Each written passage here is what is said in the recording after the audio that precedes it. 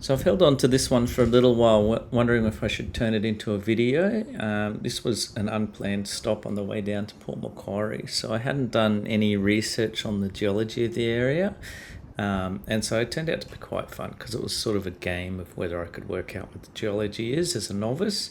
And usually I've researched what the geological maps are and maybe looked at some papers even, so I sort of know in detail what to expect.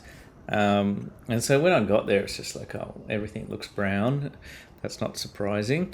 And so you have to have a really close look. And I noticed that there was just a really thin weathering on the outside, and everything was white in between and everywhere. So the whole lot seemed to be fairly homogeneous. It seemed to be breaking up a little bit, like I've seen sandstone break up, sort of in these little squares and stuff.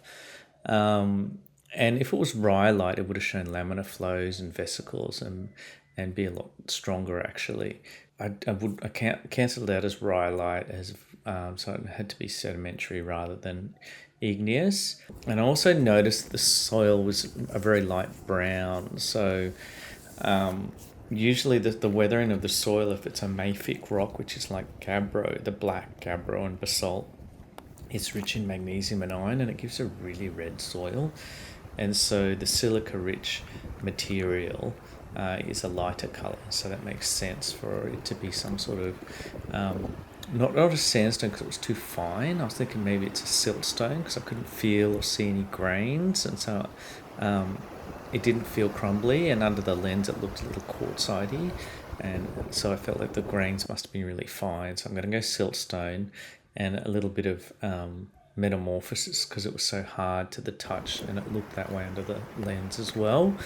And looking at the outermost erosion at the outcrops in the sea, I could see the most metamorphosis. It looked like there was like chert bedding, and so that was quite strong metamorphosis and had the most resistance to erosion. So I plugged in my guess as a siltstone with a small amount of metamorphosis, and hence its survival as a headland, because if it was sedimentary rock, it would just erode away. It was high in silica, you could see, as the soil was poor, and there was lots of grass and kangaroos everywhere, which is why I think it's so popular. And it was breaking off a little blocky, wasn't quite cool whether to let it go as a shale or a slate. So I went for just a siltstone with metamorphosis. So I did ChatGPT the answer, or Googled the answer, and it was about as good as I could have been, all right? Because the geologists always add extra terms, and their classification scale has always a lot more increments with extra terms in there. And they've gone silicious, which is fine, argillite and mudstones, which are terms I don't usually use, but I'm sort of familiar with them anyway, but I don't use them. Because the mudstone is just the mix between the silt and the clay. I usually call it one or the other.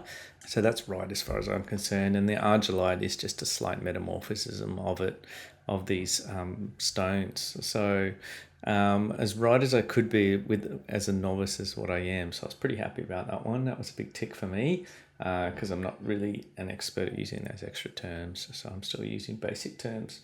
All right. So it's a pretty fun game. All right. Maybe you should go try it.